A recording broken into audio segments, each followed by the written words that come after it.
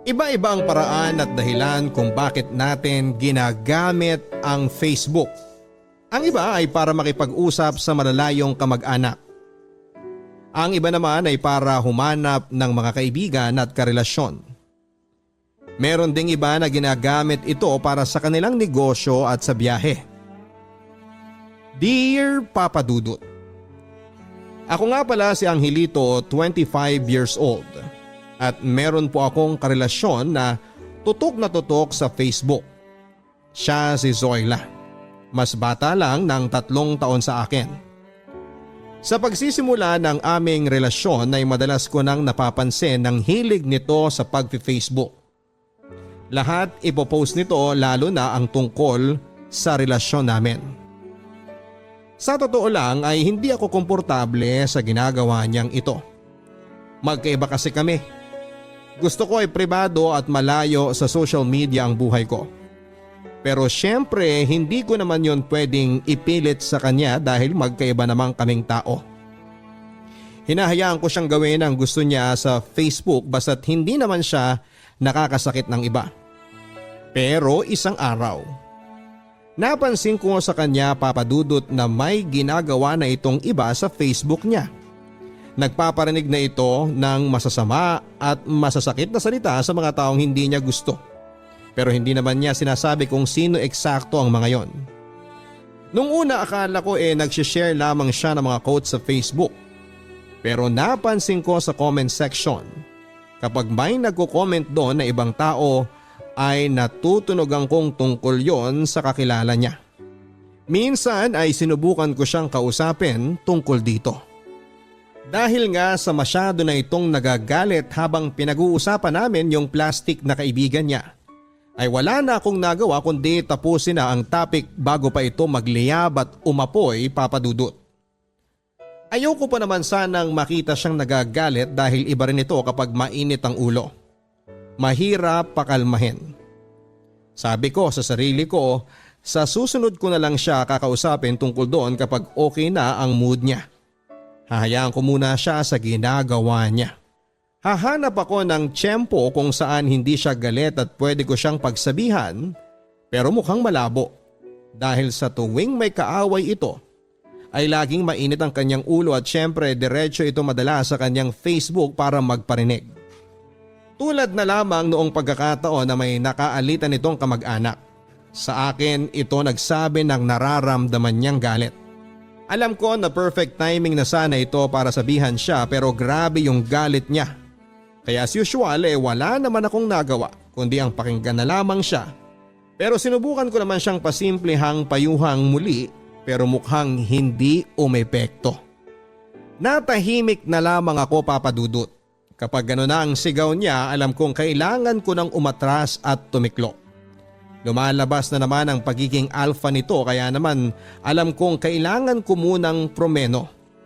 Wala akong ibang nagawa kundi ang makibasa na lamang sa mga palitan nila ng masasakit na salita sa Facebook. May mga kaibigan at kamag-anak din silang pumapagitna na sa kanila pero wala pa rin silang pakialam. Nagmumurahan at naglalabasan din sila ng baho ng isa't isa. Wala nang nakakakontrol sa kanila. Napapailing na lamang ako dahil alam kong pinagpepiestahan at pinagtatawanan na sila ng ibang taong nakakabasa ng away nilang yon. Ako na mismo yung nahihiya dahil may mga kamag-anak din akong friends ni Zoila sa Facebook. Kaya mas lalo akong kinakabahan. Paano kung nabasa nila yon? Ayoko namang bumaba ang tingin nila kay Zoila dahil kahit gano'n naman siya mahal ko siya. Pero Papa Dudut, alam kong sobra na siya. At tulad ng sinasabi ko sa inyo kanina ay magkaiba kami ni Zoila sa pagtrato ng problema sa ibang tao. Kung siya kapag may nakakaalitan siya ay diretso sa Facebook para magparinig. Ako naman ay hindi ganon, Papa Dudut. Huling option lagi para sa akin ang magparinig sa Facebook. Wala akong maalala na pinaringgan ko sa Facebook dahil nga kapag ganito ang problema, mas maganda na resolbahin ng personal. Kaya naman noong minsang nagrant ako kay Zoila tungkol sa isang katrabaho ko na nakaaway ko ay pinayuhan ako nitong gayahin ang ginagawa niya. ang magparinig daw sa Facebook. Napailing na lamang ako at sinabing hindi yon ang solusyon pero mapilit ito at may mga rason siya kung bakit kailangan ko itong gawin. Alam kong nagtampo si Zoila sa akin. Buong araw ako nitong hindi pinansin at hindi nag-reply sa mga messages ko sa kanya kahit alam kong online naman siya. Pinabayaan ko muna siya. Ayaw kong sumabay sa galit niya at baka mas lalo pa kaming magkagulong dalawa. Ganon ako lagi sa kanya. Hinihintay ko munang lumamig siya bago ako lumapit. Nakakatakot kasi talaga siya kapag galit na galit. Hindi ko siya makontrol kaya naman nagtatago muna ako sa kanya hanggang alam kong okay na siya. Pero sa pagkakataong yon, habang hindi ko pa rin siya pinapansin ay mas lalo pala itong nagagalit. Paano ko nalaman? Ako naman papadudot ang pinaringgan niya sa Facebook post niya. Alam kong hindi pa kami talaga okay ni Zoila pero kung space ang kailangan niya para ma-realize niya yung mga maling ginawa niya ay yon ang ibibigay ko sa kanya. Pagbibigyan ko siya. Natuwa na rin naman ako nung chinek ko ang Facebook niya at dinilit na niya ang lahat ng mga parinig niya. Sinubukan ko ulit na suyuin siya baka sakaling malamig na ang ulo niya ng konti pero hindi nangyari yon papadudot dahil hindi pa rin siya nagparamdam sa akin at ang malala pa. Blinang ako nito hindi lang sa kanyang Facebook kundi sa lahat ng kanyang social media accounts. Lagi niya yung ginagawa sa akin kapag natatalo siya sa argumento naming dalawa. At hindi niya diretsang masabi sa akin na na-hurt siya. Kahit pa nga sinabi na niya sa akin nung isang araw na ayos lang kami. Alam kong hindi pa rin siya okay. Paano ko siya aamuin nung mga panahon na yon kung hindi ko siya makontak at malapitan. At dahil nga sumusobra na si Zoila ay hindi ko na rin siya nilapitan pa. Kung blinak niya ako di okay, napagod na rin akong lumapit-lapit at suyuin siya. Paano naman ako hindi ba? At saka paano niya marirealize ang mga mali niya kung patuloy ko siyang susuyuin at pagbibigyan ng mga mali niya. Kailangan ko rin ng space para sa sarili ko syempre. Kaya naman hinayaan ko siya. Pero papadudot mukhang ako rin pala ang lalapit sa kanya dahil sa nalaman ko sa aming kaibigan na si Rowie. Nababahala na raw ito sa mga pinopost ni Zoila at akala niya hiwalay na kaming dalawa. Dahil nga sa pananakot ni Rowie ay naisipan kong lapitan at kausapin si Zoila. Inisantabi ko muna ang pride para maging maayos na kami at sasabihin ko na ang lahat ng sama ng loob ko sa kanya na naipon ko mula nang naging kami. Kung hindi siya makikinig sa akin, baka oras na talaga para hiwalayan siya kung patuloy niyang ipinapamukha ang pagkakaiba naming dalawa para mapanindigan na niya ang single status niya sa Facebook. Ilang oras kong nilista at pinaktis ang sasabihin ko sa kanya kapag nagkaharap kami. Hindi ako pwedeng mabulol o kaya ay hindi ako pwedeng magpatinag sa kanya. Dapat papadudot ay masabi ko sa kanya ang lahat ng issues ko sa kanya at sana ay ganun din siya sa akin. Hindi yung magpapanggap siyang ayos na kami pero hindi naman pala. Ewan ko ba kung bakit ganun ang ugali ng karamihan ng mga babae? Ewan ko ba kung bakit ganito ang ugali ni Zoila? Hindi natapos ng maayos ang away naming yon at bago pa lumala ay ako na mismo ang nag-walk out pero hindi ibig sabihin noon ay break na kami. Bago ako umalis ay sinabi ko sa kanya na mag-usap na lamang kaming dalawa kapag na-realize na niya yung mga sinasabi ko sa kanya. Magpalamig muna kami sa isa't isa at pumayag naman siya. Sa totoo lang papadudot ay hindi ko na rin alam ang gagawin. Pati ang mga kamag-anak ko na friends niya sa Facebook ay nakikialam na rin at sinasabing pagbawalan ko siya sa ginagawa niya sa Facebook pero paano ko ba siya pagbabawalan? Sariling Facebook nga niya yon at nasa malaya siyang bansa. Kaya kahit ano ay pwedeng gawin sa Facebook niya. Pero mali pa rin Naniniwala ako na isang malaking responsibilidad ang freedom ng isang tao kaya sana ay maisip niya yon. Sa ngayon ay hindi pa rin kami nag-uusap na dalawa at pinag-iisipan ko na rin kung itutuloy ko pa rin ba ang relasyon namin ni Zoila o tatapusin ko na. dahil pareho naming hindi ma-let go ang mga issue namin sa isa't isa. Maraming salamat Papa Dudut sa pagbasa ng aking liham. Angelito.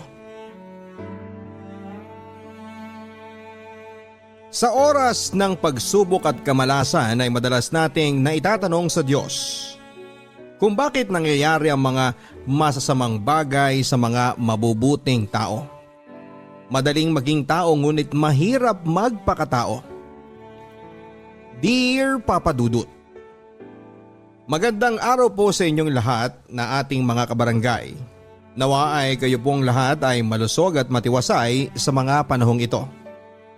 Ako po si Vanji, 64 years old at nakatira sa probinsya ng Cavite. Ang kasama ko na lamang po sa buhay sa mga araw na ito ay ang aking butihing asawang si Elvis at ang aming pinakamamahal na apong si Buboy, 11 taong gulang. Marahil ay nagtataka po kayo kung nasaan ang aming anak na siyang magulang ni Buboy at kung bakit naiwan sa amin ang bata. Masalimuot po kasi ang naging sitwasyon, Papa Dudut. Ang nangyayari po kasi ay iniwan sa amin ang aming nag-iisang anak na lalaki na itatago ko na lamang po sa pangalang Ronald si Buboy matapos nitong magkaroon ng nobya na pamilyado na naging sanhi rin ng paghiwalay nila ng nanay ni Buboy. Samantalang ang nanay naman po ni Buboy ay 5 taon na ring pumanaw habang nagtatrabaho ito bilang domestic helper sa Middle East. Nagkakilala po kasi si Ronald at ang bago niyang kinakasama sa pinapasukan nitong trabaho. Company driver po si Ronald, samantalang ang babae naman po ay isang admin assistant. Medyo nakakaramdam na po kami ng asawa kong si Elvis na nangangaliwa si Ronald. Kaya naman hindi na rin kami nakatiis at kinausap ito ng personal tungkol dito.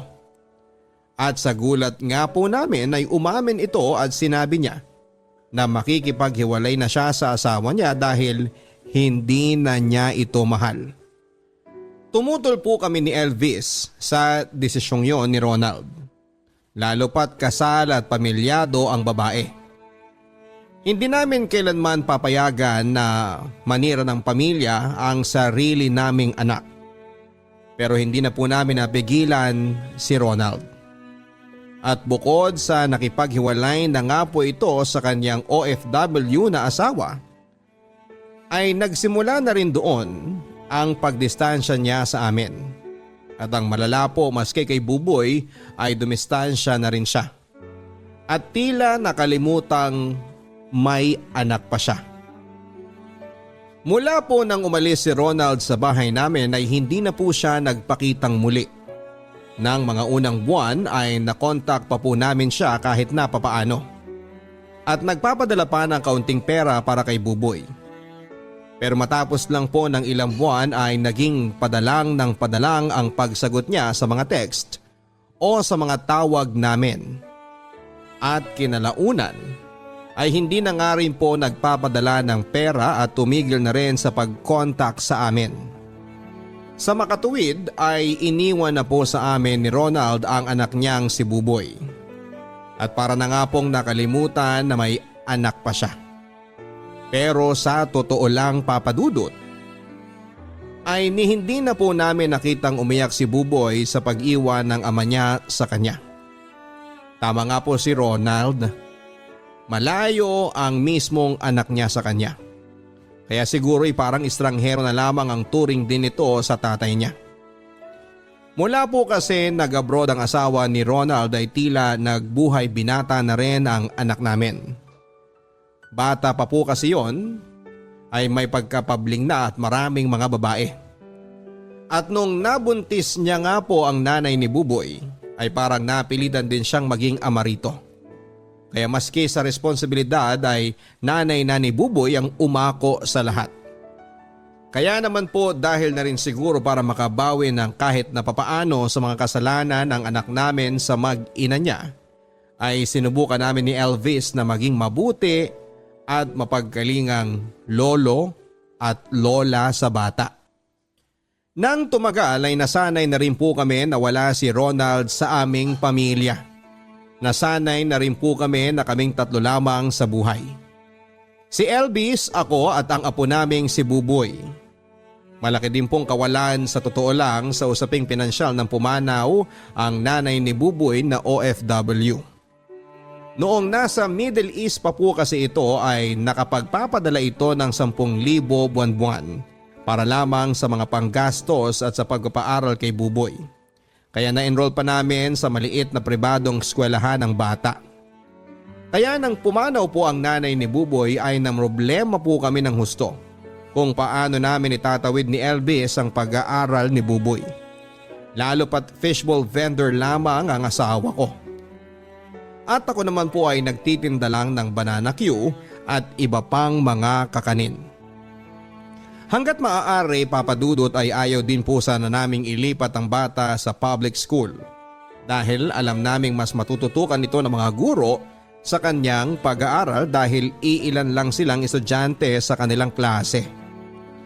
Matalinong bata po kasi si Buboy, Papa Dudut. Sa totoo lang ay nagmana nga po ito sa nanay niya na matalino rin. Pero dahil sa kahirapan ng buhay at dahil hindi nakatapos ng high school, ay nag-OFW na lamang po para maging kasambahay. Ayaw po namin na masayang lang din ang talino ng bata. Kaya't humana po kami ng paraang mag-asawa para makapagpatuloy si Buboy ng kanyang pag-aaral sa pribadong paaralan. Kung saan-saan po kami lumapit at sa awa po ng Diyos, ay pinalad naman po kami na makakita ng isang organisasyon na nakapagbigay ng scholarship kay Buboy hanggang sa high school. Nang pumalo po ang taong 2020 at nagkaroon nitong pandemya ay nahirapan din po kami ng husto sa aming kabuhayan, Papa Dudut. Ang asawa ko po ay hindi makalabas para magtinda ng fishball. Lalo pat hindi naman po talaga sa amin ang mga gamit at supply dahil tauhan lang naman po ang asawa ko ng isang negosyante. Kaya talagang umasa lamang po kami sa kaunti naming naipon at sa ayuda sa loob ng ilang linggo. At nang tumagal na ay sa pagbabanana Q ko na lamang po kami umasa. Na hindi rin naman po naging kalakasan ng benta dahil kapos din ang aming mga kapitbahay. Ngunit ang naging malaking pagsubok po talaga sa amin ay ang pag-iisip kung paanong hindi titigil si Buboy sa pag-aaral. At dahil po kasi sa pribado itong paaralan nag-aaral, ay tuloy pa rin ang kanilang pasok sa distance learning. At dahil din po dito ay kailangan din ng computer o tablet para maka-attend ng mga klase si Buboy online. Bagay na wala po kami, Papa Dudut. Sapagkat simulat sa pool ay sa computer shop lamang po at sa library ng eskwelahan ni na Buboy, ito nagre-research at nagpiprint ng mga assignment. Sinubukan din po namin na lumapit sa organisasyon na nagbigay ng scholarship kay Buboy. Pero kapos din sila sa budget dahil lahat ay naapektuhan ng pandemya. At ang dami rin sa kanilang humingi ng tulong. Ang nabigay lang po nila ay ilang internet load cards na pantulong sa pag-online learning ni Buboy. Kinausap ko po ang aming kapitbahay na si Melba na nagsimula na rin po ng online selling ilang linggo matapos magsimula ang lockdown. May edad na rin po ang kapitbahay naming si Melba kaya wala rin po siyang alam masyado sa internet noong simula.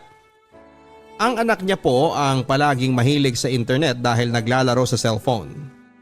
At noong nagkaroon na nga po ng pandemic ay nagkaroon din naman ng silbi ang pagkababad ng anak niya sa internet dahil naturuan siya kung paano magbenta sa online. Dati pong nagtatrabaho bilang janitress si Melba sa isang restaurant. Pero dahil nagtanggala ng mga empleyado ang restaurant noong nagkaroon ng pandemya, ay nag-reselling na lamang po siya ng longganisa at ibang mga ulam. At sa awa nga po ng Diyos, Papa Dudut, ay parang mas umangat-angat pa ang estado ng buhay nila kumpara sa dati dahil naging malakas po ang kanyang pagbebenta. Dahil mahigpit na ipinagbabawal pa rin po sa aming barangay ang lumabas at bumisita sa ibang bahay, ay naging primerang komunikasyon po namin ni Melba ay text at tawag. Tinawagan po siya at sinabi na naghahanap kami ng murang tablet na maaaring magamit ni Buboy sa kanyang online class. Sabi ko ay kahit na second hand lang basta maayos pa't gumagana. At ang budget na binigay ko, laking pasasalamat po namin sa Diyos sa kabaitang ginawa ng kapitbahay naming si Melba.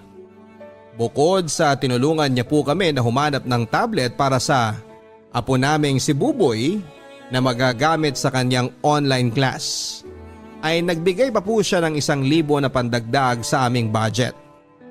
Alam ko pong tulad namin ay hirap din sina Melba sa buhay at ngayon lamang guminhawa ng kaunti.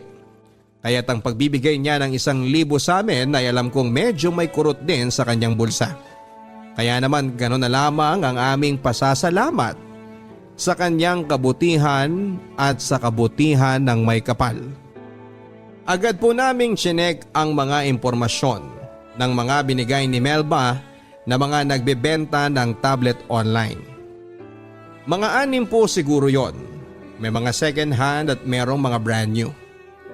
Dahil na nga rin po sa abiso ni Melba na bumili ng bago at hindi second hand ay napagpasyahan po namin na kontakin ang 2 nagbebenta ng brand new na tablet. Ang una po namin kinontak ay sinabihan kami na naubusan na raw sila ng stock. Kaya't ang kinontak na lang po namin ay yung isa na mas mahal ng kaunti ang presyo.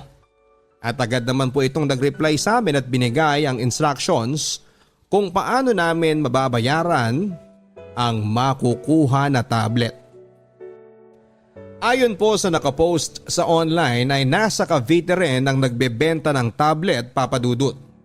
Kaya ang una naming napagkasunduan ay magkikita sila ng asawa kong si Elvis para magkaliwaan na lamang at pagkuha ng tablet ay magbabayad.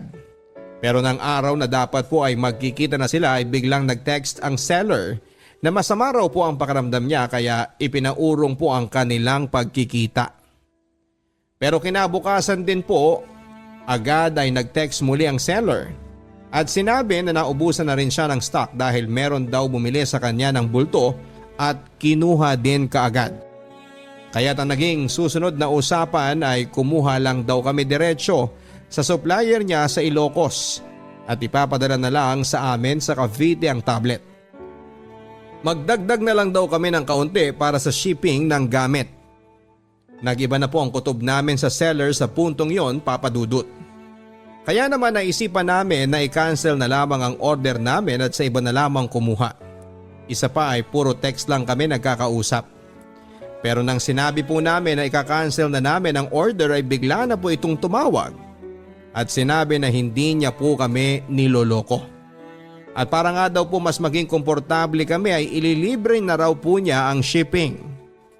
Medyo gumaan na po ang pakiramdam namin sa puntong yon. Pero siniguro pa rin po ng aking asawa na si Elvis na hindi kami lolokohin lang. Kaya't nag-down payment lang po kami muna. At nang maipadala na ang tablet ay hihinga namin ang track number ang taong nagpadala. At chinek sa kumpanya kung meron nga ba talagang ipinadalang gamit. At nang makumpirma nga po namin na ipapadala na ang tablet ay saka na lang namin ito binayaran ng buo. Sinubukan pa pong habulin ni Elvis ang nag-deliver pero hindi na niya po ito naabutan. Nanlumo po kami ng husto matapos ng nangyari at napaiyak na lang din po ako dahil sa panlolokong ginawa sa amin. Sobrang sama po ng loob ko, Papa Dudut. Matapos ng lahat ng aming hirap at perang pinagpawisan para lamang maibili ng tablet ang apo naming si Buboy para sa kanyang online class ay napunta lamang sa bato. Hindi ko po maintindihan kung paanong may mga taong naaatim ang gumawa ng masama sa panlilinlang ng kanilang kapwa, lalo pa sa mga mahihirap na kagaya namin. Kinontak po namin ang seller ng tablet at sinabi po nito na pinadala naman daw niya ang totoong tablet. Ang sabi niya ay baka pinalitan daw ng kumpanya na nag-deliver ng tablet. Kinontak din po namin ang kumpanya na nag-deliver ng tablet pero giniit nila na hindi nila binuksan o pinalitan ang laman ng package. Pinakita pa nila ang mga picture at patunay na hindi nila ginalaw ang pinadala sa amin. Pero nang tinawagan po namin muli ang seller, hindi na po ito makontakt at mukhang nagpalit na rin po ng numero. Nagsuplong po kami sa pulis sa mga nangyari, pero nahirapan na rin po silang hanapin ang tao na nakausap namin. Ang sabi nila ay marami na rin daw po ng kaso ng panloloko ng mga online seller at tambak na rin sila ng mga kaso. Kaya matatagalan pa daw siguro bago makakuha ng resulta sa investigasyon. Sa dinami-rami po ng kamalasan na nangyari sa amin, yun po ang naging pinaka ikinasama ng loob namin. Ang nais lang namin ay mabigyan ng magandang kinabukasan ang apo namin. Pero niloko lang kami ng mga ganid at masasamang loob. Ilang linggo rin po kaming lugmok at halos mawala ng pag-asa at tiwala na may maganda pang mangyayari sa amin, Papa Dudut. Halos magalit na rin po ako kung bakit tila walang katarungan ang buhay sa amin. Mga mabubuting tao po kami. Walang denihado, masipag, walang nilalamangan. Pero matapos namin gumawa ng tama at mabuti ay gagantihan pa kami ng panloloko at kasamaan. Pero nang kumatok po si Melba at binigay sa amin ang tablet na pinagtulungan po nilang mabili ng aming mga kapitbahay, ay biglang nanumbalik ang tiwala at pag-asa sa amin. Na kahit na may mga masasamang nangyayari sa paligid at mga taong manloloko at walang puso, ay meron pa ring mga tao na mabubuti ang loob at handang tumulong sa kapwa na wala silang makukuhang kapalit. At masaya din po kami dahil personal na nasaksihan ang kabutihang yon ni Buboy, Papa Dudut. Sa murang edad niya ay natutunan niya ang halaga ng pakikipagkapwa-tao at maingganyo siya na tumulad sa mga katulad ni Melba at ng aming mga kapitbahay na may pakialam at simpatya sa kanilang kapwa. Bagay na hindi sa kanya na iparamdam at hindi na ipamalas ng kanyang mismong ama. At sa tingin ko po, bukod sa kanyang matututunan sa eskwelahan, ang karanasang niyang yon ay isa sa mga ginintuang aral din na babaunin ni Buboy sa kanyang paglaki. Salamat po ng marami, Papa Dudut, kung sakaling mapipili niyo po ang aking kwento na maibabahagi sa ating mga kabarangay. At sana po ay nakapagbigay din po ng aral kahit na papaano ang aking sulat sa lahat ng mga nakikinig. Lalo na po ngayong pandemya na madali tayong makaisip na magkanya-kanya at mawala ng pag-asa. Vanji. Welcome po sa YouTube channel ng inyong si Papa Dudut. Ini-invite ko po kayong lahat na mag-share, like and post your comments matapos po ninyong mapakinggan ang ating storya ngayong araw na ito. And aside from listening, pwede rin po kayong manood ng mga video vlogs natin para kayo po ay maaliw sa mga personal na mga pinagkakabalahan ng inyong Papa Dudut. Ang kwento natin ngayong araw ay pinadala ng kapuso natin na isang magiting na security guard. Nagpapatago po siya sa pangalang Nick. Bakit kaya nasabi ni Nick na mas kailangan ko palang mahalin muna ang sarili ko bago ako magmahal ng iba? Yan ang ating mapapakinggan exclusive dito po sa aking YouTube channel, dito lamang sa Papa Dudut Stories. Papa Dudut Stories. Dear Papa Dudut, magandang araw po sa inyo, Papa Dudut, at sa lahat ng mga tagapakinig ninyo. Ako po si Nick, isang security guard sa isang bangko dito sa Maynila. Hindi ko na lang po sasabihin kung saang bangko ako nagtatrabaho at baka may makakilala pa sa akin. Sa kasalukuyan, ako po ay 35 years old na at binata pa rin. Hindi naman po sa pagyayabang, pero marami ang nagsasabi na may itsura daw po ako o sa madaling sabi ay gwapo. Matangkad, may katamtamang pangangatawan at maputi din naman. Madami din naman po ang nagpaparamdam sa akin na mga babae. Pero medyo pihikan kasi ako sa mga babae, kaya naman siguro umabot na ako sa edad na 35 ay binata pa rin ako at walang asawa. Lumaki ako sa probinsya, Papa Dudut, sa isang payak at simpleng pamilya. Nag-aaral ako noon ng pagkapulis pero hindi ako nakagraduate dahil namatay ang ama ko at ako na ang tumayong ama sa aming pamilya. Sa kasalukuyang panahon ay pinag-aaral ko ang dalawa ko pang nakakabatang kapatid. Nang lumuwas ako ng Maynila para magtrabaho ay napakadaming babae po ang nagparamdam sa akin. Lalaki ako kaya minsan kahit na hindi ko naman gusto ay pinapatulang ko na rin, pero kapag nagsawa na ako ay iniiwan ko na. Hanggang isang araw habang naka-duty ako sa bangko ay nakita kong may bagong bukas na food cart sa tapat ng bangko na pinagtatrabahuhan ko. Isang milk tea house. Napansin ko kaagad ang napakagandang babae na nakatao sa milk tea. At aaminin ko po sa inyo, Papa Dudut, na nagandahan ako sa kanya at na-attract kaagad. Mukha siyang mainhin at mabait para sa akin. Aura pa lang ng pagkatao niya ay parang siya na yung hinahanap kong babae na pakakasalan ko at magiging ina ng mga magiging anak ko. To cut it short ay na love at first sight ako sa kanya. Kaya naman kahit na hindi naman ako mahilig sa mga milk tea ay nagpakitang gilas ako sa kanya. Nagkunwari akong bibili, Papa Dudut, para naman malapitan siya at makipagkilala na rin dahil magkatapat lang naman ang pwesto namin. Hindi nga ako nagkamali, Papa Dudut. Lalo siyang maganda sa malapitan. Palangiti pa at feeling ko ay talagang mahal ko na siya. Hi miss, mas gaganda pala ang araw ko kasi araw-araw na kitang makikita mula doon. Doon sa pwesto ko. Ang sabi ko sa babaeng bantay sa milk tea house. Sabay turo sa bangko na pinagtatrabahuhan ko. Agad namang kumaway ang iba ko pang mga katrabahong SG na napangakuan ko ng libreng milk tea. Siya daw si Macy. Nakipagkilala ako dahil sabi ko yung dating nakapwesto doon ay kaibigan ko din kahit na hindi naman.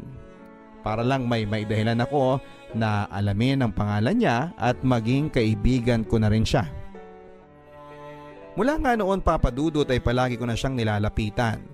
Kinakausap at nagsimula na rin ako magtanong sa mga personal niyang buhay. Sana wala pa siyang boyfriend para maligawan ko na siya. Usal ko sa sarili ko. Nalaman ko na sa kanya pala ang inuupahan niyang pwesto ng milk tea. Nalaman ko din na may asawa na pala siya at isang anak. Sobra-sobra ang panghihinayang ko, Papa Dudut. Dahil nga sa na love at first sight ako sa kanya at masasabi ko na mahal ko na nga yata siya. Pero yun nga, imposible nang maging kami dahil taken na siya. Nalungkot ako sa mga nalaman ko, Papa Dudut, pero kahit na ganoon ay hindi yun naging dahilan para ihinto ko na ang pakikipagkaibigan ko sa kanya. Madalas pa rin akong tumatambay sa harapan niya, lalo na kapag out na kami at halos doon ako tumira hanggang magsara siya ng 7 PM ay nandun pa rin ako. Makita ko lang siya at makausap ay masaya na ako. Hanggang minsan ay may ibang tao sa tindahan niya ng milk tea at tinanong ko kung nasaan nga ba si Macy. Pamangkin daw siya ni Macy. May problema lang daw ng konti kaya siya muna ang tumao. Nagsimula ako magtanong-tanong about Macy, Papa Dudut. Nalaman ko na matagal na silang nagkakalabuan ng asawa ni Macy. Madalas na away-bati daw ang mag-asawa at madalas din na nagkakahiwalay ang dalawa pero hinahabol pa rin ni Macy ang lalaki. Yun ay alang-alang sa anak nila. Babaero daw kasi ang asawa ni Macy. Naawa nga daw siya sa tita Macy niya dahil nagtsatsaga sa ganong klase ng lalaki. Makaama lang daw kasi ang anak nila kaya pinipilit pa rin na ayusin ni Macy ang pamilya nila. Kahit paulit-ulit na ang ginagawang pambababae ng asawa nito. Naawa daw si Macy sa anak nila kung sakaling tuluyang magkahiwalay silang mag-asawa. Dahil dito ay mas lalo akong naawa kay Macy, Papa Dudut. 1 week nang hindi tumao si Macy sa tindahan, kaya naman nang pumasok siya kaagad ay agad ko siyang kinumusta kung okay lang siya. Alam mo Macy, nag-iba yung timpla ng milk tea nung nawala ka dito. Mas matamis at masarap kapag ikaw ang nagtitimpla. Buti naman at nagkita na rin tayo. Sabay ngiti ko sa kanya. Nagbabaka sakali akong umiti siya dahil sa biro ko, Papa Dudut, pero naging seryoso lang lalo ang mukha niya. Halata na malungkot siya kaya pilit ko siyang pinasaya. Pero imbes na ngumiti ay bigla pa siyang naiyak.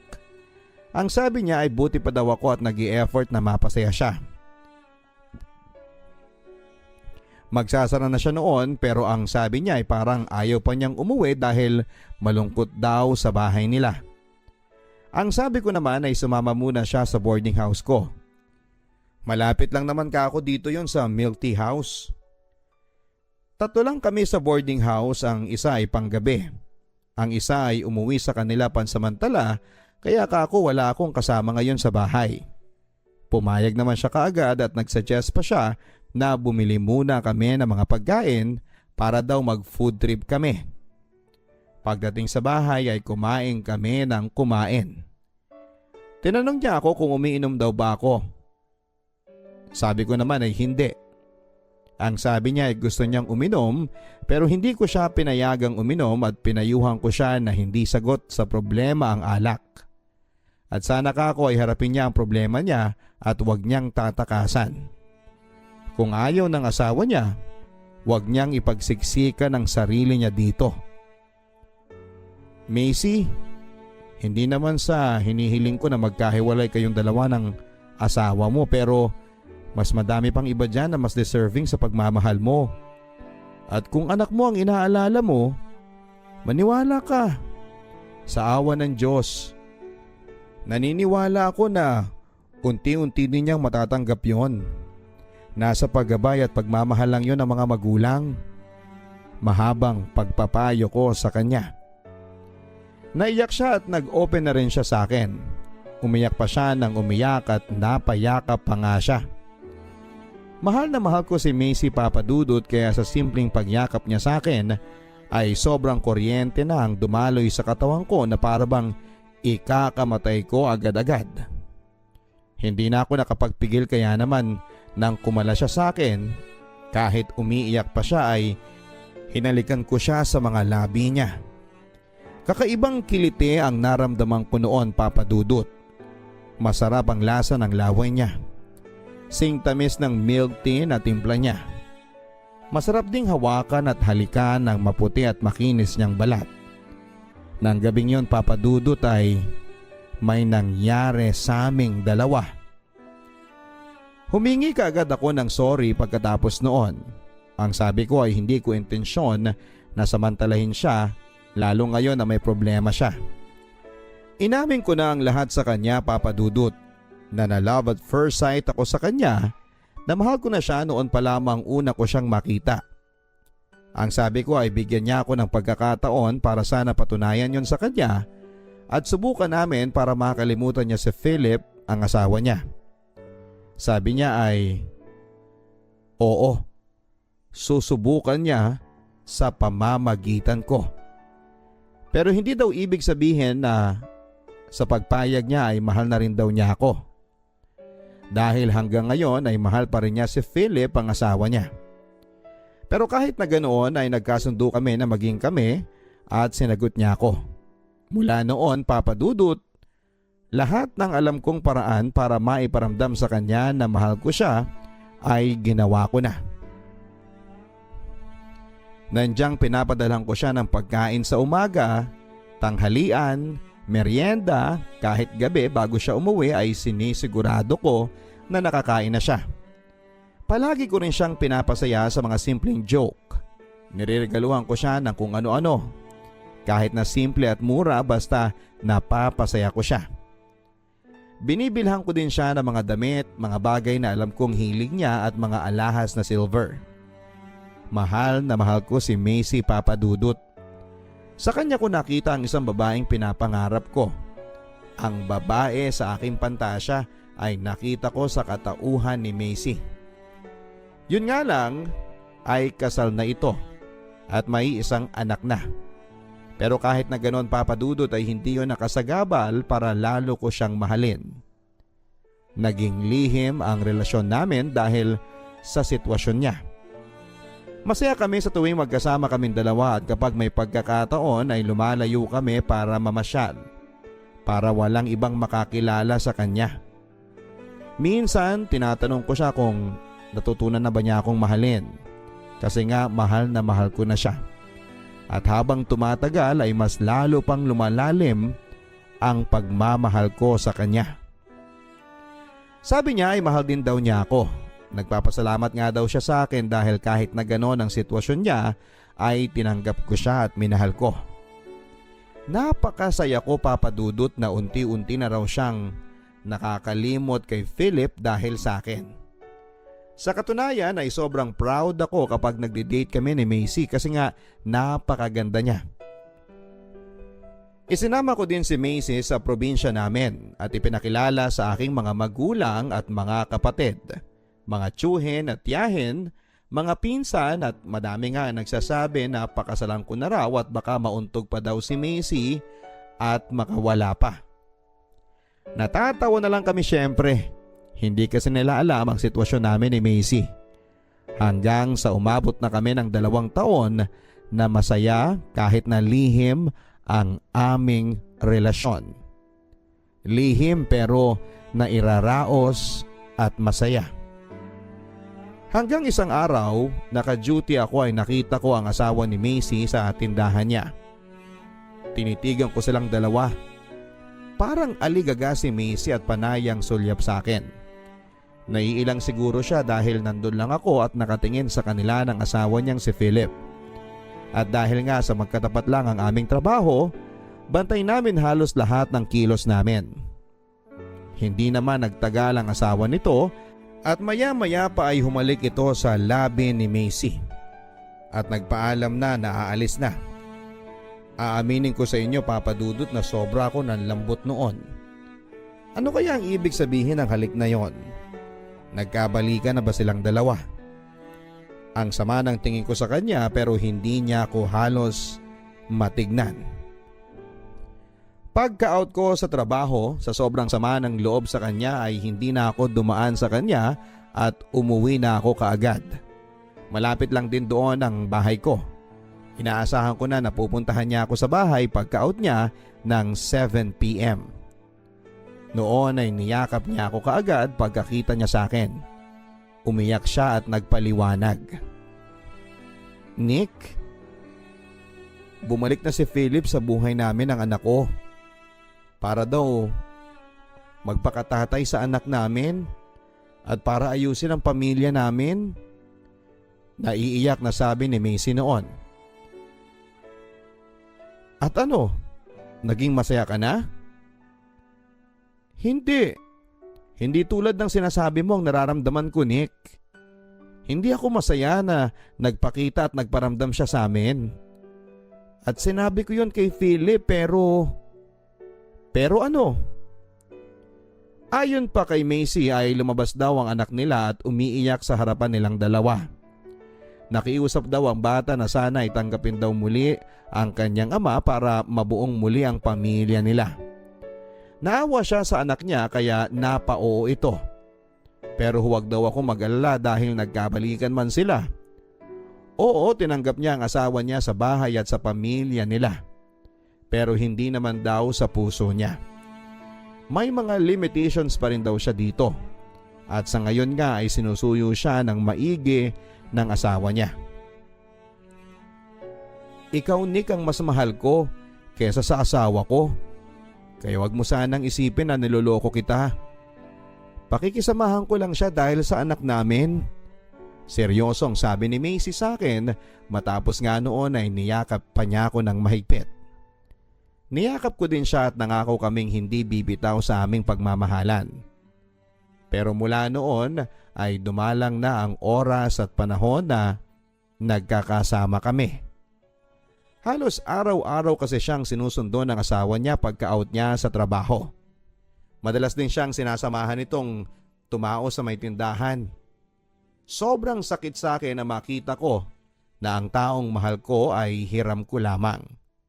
At araw-araw nilang pinamumukha sa akin yon. Lalo pa at nakikita ko silang sweet sa tindahan. Halos nawawala na kami ng time sa bawat isa kasi nga bawal mag-text, bawal mag-chat at mas lalong bawal ang tumawag. Kailangan ko lang maghintay kung kailan ako maaalala ni Macy na kontakin. Napakasakit, Papa Dudut. Pero okay lang sa akin kasi mahal na mahal ko na siya. Para akong nanlilimos palagi ng kaunting oras at pagmamahal niya. Sobrang napakasakit para sa akin pero wala akong magawa. Hanggang isang araw ay kinausap ako ni Macy na ihinto na raw namin ang aming relasyon. Dahil mali yon. Ang sabi ko, akala ko ba mas mahal mo ko kaysa sa asawa mo?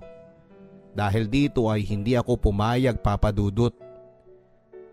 Napakalaki ng sakripisyo ko sa aming relasyon at hindi ako basta-basta papayag na humiwalay siya sa akin. Halos lahat ng gusto niya ay sinunod ko tapos ngayon ay ibabasura lang niya ako dahil sa Philip na yon. Pero ang sabi ni Macy ay wala daw akong magagawa dahil legal silang mag-asawa ni Philip. Pinagpilitan ko sa kanya na nangako siya na mas mahal niya ako kay Philip. Pero bakit ngayon ay gusto na niya akong iwanan. Ginagawa lang daw niya ang alam niyang mas tama, sagot niya. Humingi siya ng sorry habang umiiyak at nagpapasalamat dahil minahal ko siya at tinanggap kahit na ganon ang aming sitwasyon. Mahal na mahal ko si Macy, Papa Dudut. Kaya parang hindi ko matanggap ang kabiguan ko sa kanya na mga panahon na yon. Ang sabi ko ay hindi ako papayag na basta na lamang niya akong iwanan ng ganon. Nakagawa pa ako ng mali nang binantaan ko siyang sasabihin sa asawa niya ang aming relasyon. Lalo na kapag iniwan niya ako. Lumuhod siya sa akin na palayain ko na siya at hayaan ko na siya. Umiyak siya at nagmamakaawa sa akin na wag ko na silang guluhin pa. Pero naging matigas ako. Lahat halos ng pagmamahal ko ay ibinigay ko na kay Macy. Para na akong baliw ng mga panahon na yon. Obsessed na ako sa pagmamahal ko sa kanya. Walang nagawa si Macy dahil tinakot ko siya, Papa Dudut. Nang mga panahon na yon ay halos nagdadahilan palagi si Macy sa akin sa tuwing gusto kong magkita kami. May mga pagkakataong pinipilit ko siyang makipagkita sa akin at kapag hindi siya pumapayag ay tinatakot ko siya na ako ang pupunta sa bahay nila. Kaya wala siyang magawa. Hindi ko na rin maramdaman ang dating si Macy. Napakalamig na niya sa akin. Sa tuwing nagtatali kami ay umiiyak na siya pagkatapos namin. Para bang nandidiri na siya sa ginagawa namin. Naawa ko sa kanya, Papa Dudut, pero ayoko mawala siya sa akin ng tuluyan. Hindi ko na alam ang gagawin ko ng mga panahon na yon. Gusto ko nang pakawalan si Macy, ang babaeng pinakamamahal ko dahil yon ang gusto niya. Pero sa tuwing maiisip ko pa lang na mawawala si Macy sa piling ko, ay mukhang hindi ko yon kakayanin. Kahit na anong lambing at pagmamahal ang ipakita ko kay Macy ay wala na. Nagbago na siya. Pero hinayaan ko lang dahil naiintindihan ko naman siya. Hiniram ko lang siya panandalian. Pero ngayong kailangan ko na siyang ibalik sa totoong may-ari sa kanya, ay hindi ko magawang ibalik siya ng buo. Lalo na ng puso ko. Hanggang isang araw ay hindi nag-open ang shop niya. Hanggang naging 3 araw na ay sarado pa rin yon. Kaya naman nagtanong na ako sa katabi nitong tindahan. Ang balita daw nila ay lumipat na raw ito ng pwesto sa mas malayo. Talagang nanlumo ako at lalo akong nalungkot, Papa Dudut. Lahat ng depression at frustrations ko, Papa Dudut, ay dinaan ko na lamang sa pag-iinom. Lango na ako sa alak nang napadaan ako sa nagtitinda ng balot na malapit sa amin. Si Kaamboy. Pinaupo niya ako sa pwesto niya. Ano bang nangyayari sa iyo, bata ka? Hindi ka naman nagiinom dati, Nick eh. Bakit parang bigla-bigla naman yung paglalasing mo? Tanong sa akin ni Kaamboy. Hindi ko na napigilan ang sarili ko na maiyak at mag-open sa kanya. Walang labis, walang kulang, ay naikwento ko sa kanya ang tungkol sa amin ni Macy. Parang ama ko na si Kaamboy, Papa Dudut. Pinayuhan niya ako na palayain ko na si Macy. Masakit sa una pero kaya ko daw yon. Hindi lang daw si Macy ang magpapabagsak sa akin. Nabuhay nga daw ako ng ilang taon na wala si Macy at kakayanin ko daw muling bumangon nang wala si Macy. Hindi daw si Macy ang tipo ng babaeng iiyakan at pag-aaksayahan ng luha at panahon para magdusa. Bumangon daw ako at kalimutan ko na si Macy at sa gwapo ko daw na ito ay mas makakakilala pa ako ng masigit pa kay Macy. Natauhan ako noon, Papa Dudut, at pinanghawakan ko ang mga payo sa akin ni Kaamboy. Kinabukasan, pagkagising ko, ay ipinangako ko sa sarili ko na magiging ibang Nick na ako. Ibabaong ko na sa limot si Macy. Binara ko na lahat ng mga contacts ko kay Macy at nakablock na rin siya sa Facebook. Lahat ng mga alaala ko kay Macy ay tinapon ko na. Wala akong tinira ni isang alaala na makakapagpaalala sa akin kay Macy. Nagpalipat din ako sa agency ko sa branch na pagjujutihan. Sa pagtagal ay unti-unti na rin nakapag-move on ako. Mabilis na lumipas ang 6 na buwan at pinilit kong kayanin kahit na wala pa siya. Tuluyan na nga kaming nawala ng communication. Pero kung kailan medyo maluwag na sa akin ang lahat, nagulat ako isang araw na tinawag ako ng aming landlady at may naghahanap daw sa akin. Laking gulat ko, Papa Dudut, dahil si Macy yun. Niyakap niya ako at kinumusta. Miss na raw niya ako at ang tagal daw niya akong hinanap. Pinuntahan pa daw niya si nanay ko para tanungin kung nasaan ako ngayon. Hindi rin naman alam ng mama ko kung saan ako nagtatrabaho ngayon, kaya naman pala noong nakaraang linggo ay pinilit na kinuha ng mama ko ang address ko. Yun pala ay dahil kay Macy. Macy, nakapag-move on na ako sa iyo. Anong ginagawa mo dito sa bahay ko? Seryosong sabi ko. Nick, sorry. Sana tanggapin mo ko. Naghiwalay na kami ng tuluyan ni Philip. Umiiyak na sabi niya. Patawarin ko daw siya at kung maaari ay bigyan ko pa siya ng isang pagkakataon. Nung nawala daw ako na parang bula noon ay nalungkot siya. At doon niya na-realize kung gaano niya ako kamahal at kung gaano kaimportante ang aming pagmamahalan. Ang sabi ko ay bakit bumalik pa siya? Kung kailan okay na ako. Pero nagmamakaawa si Macy na balikan ko siya, Papa Dudut. Ngayon naman ako ang nagmatigas. Sorry Macy, pero pinilit ko nang kalimutan ka. At natanggap ko na sa sarili ko na hindi ikaw ang babaeng pinapangarap ko makasama at mahalin ko habang buhay. Seryosong sabi ko. Hinintay ko noon ang sasabihin niya, Papa Dudut, pero naging blanko at malungkot lang ang mukha niya, Papa Dudut. Pinamukha ko rin sa kanya na minahal ko siya ng higit sa buhay ko, na halos hindi ko na alam ang gagawin ko sa buhay ko noong mga panahong halos manlimos na lamang ako ng oras niya at pagmamahal.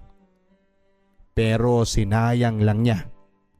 At ngayong muli siyang lalapit dahil binasura daw siyang muli ng taong minahal niya ay para sa ano pa?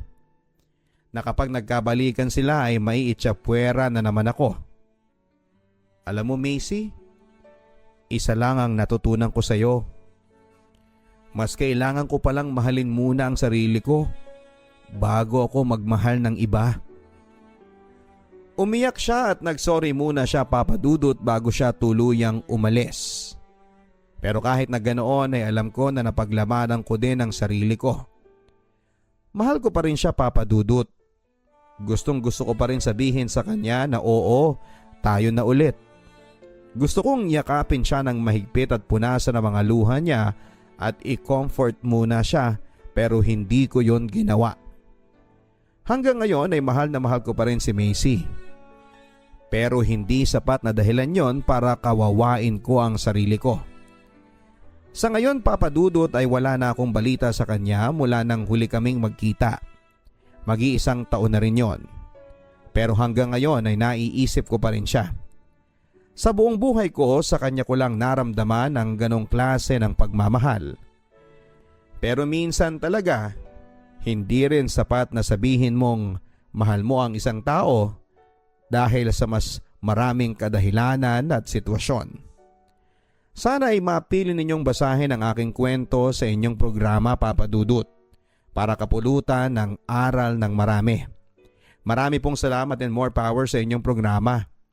Nakigamit lang po ako ng email ng kapatid ko para makapag-send sa inyo ng story. Nagmamahal ang inyong kaliham, SG Nick. Maraming salamat, SG Nick, sa pagbabahagi mo ng iyong love stories dito sa Papa Dudut Stories, na exclusive lamang po na napakinggan sa YouTube account ni Papa Dudut. Sa mga kaibigan po natin, maaari po kayo magpadala ng inyong mga stories sa papadudutstories@gmail.com. Nakakatuwang malaman na sa kabila ng lahat ng sakripisyo at pagmamahal mo sa kanya at panghihinayang mo sa kanya, ay nagawa mo pa rin, Nick, na paglabanan ang tukso. Tama ka, hindi ka magiging maligaya kung hindi mo matututunang mahalin muna ang sarili mo. Hindi sapat ang pagmamahal mo sa kanya para masabi mo na kailangan mong magsakripisyo, dahil hindi kayo pwedeng maging sa mata ng Diyos, sa mata ng tao at sa batas. Hanggang sa muli, mga kaibigan, mga kaliham, ako po ang inyong si Papa Dudut, sa totoong kwento ng pag-ibig mo at buhay mo, dito sa Papa Dudut Stories.